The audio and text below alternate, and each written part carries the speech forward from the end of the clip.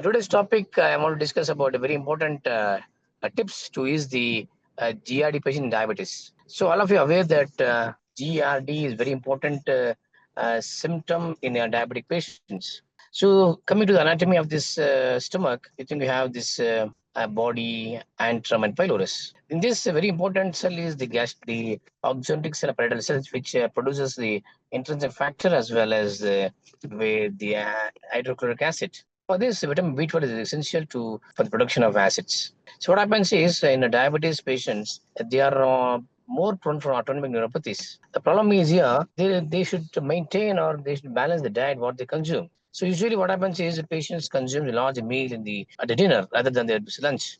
This will cause excessive sugar levels. To prevent that, what we should do is we should take a large meal in the afternoon and reduce the consumption of this food in the night as well in the morning breakfast. So, what are the factors which will trigger the production of gas acidity? One important thing is stress, age factor, the diet, etc. So to prevent this, patients should avoid consuming the more of coffee, tea, juices like tomato and other citric juices, which will have impact on the irritation of the esophagus and the food pipe, leading to the increased production of acids. So hence we should avoid the sugars or sweetened drinks, particularly which has high calories, which can increase the sugar levels. So the nutrients rich in sugars should be avoided, like more of this pomegranate, etc. The vegetables, particularly consume green vegetables, broccoli, greens, all these things, and more of the grains should be increased to prevent the refined carbohydrates. To prevent this, you can use this plate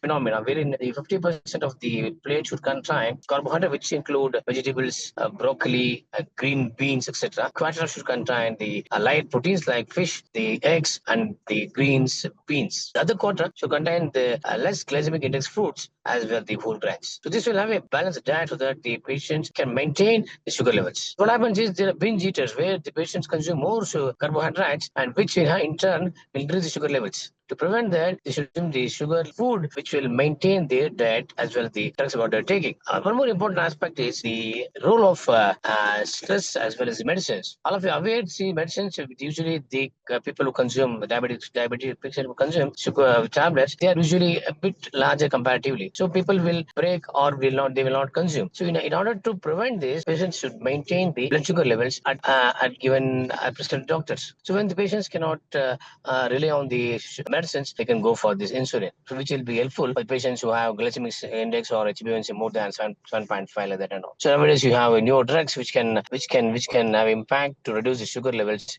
drastically as well to maintain the glycemic HbA1c around 7.5. So in this context, the food which the patients consume has an important role so that you can prevent the high sugar levels. One. Number two, coming to the role of the irritants or the food what we consume like fried foods or the non-vegetarian food, they have a very irritating on the junction which may cause irritation, erosions, all these things. And this erosion will lead to vomiting, burping, acidity, pain, epigastric burning, all these things. And very important aspect I'd like to emphasize is that the patients, people on bad diabetes drugs should consume food and do some exercises so that they should not lie down, particularly after having the lunch, to have the large meal. So that there will not have reflux of the drugs, reflux of medicine, or reflux of the food, which cause irritation across the upper GI tract. And this not only the irritation, if long term people who are on uncontrolled diet, and this can lead to ulcers, which will cause more of pain in the nights, like gastric ulcer particularly, which will have a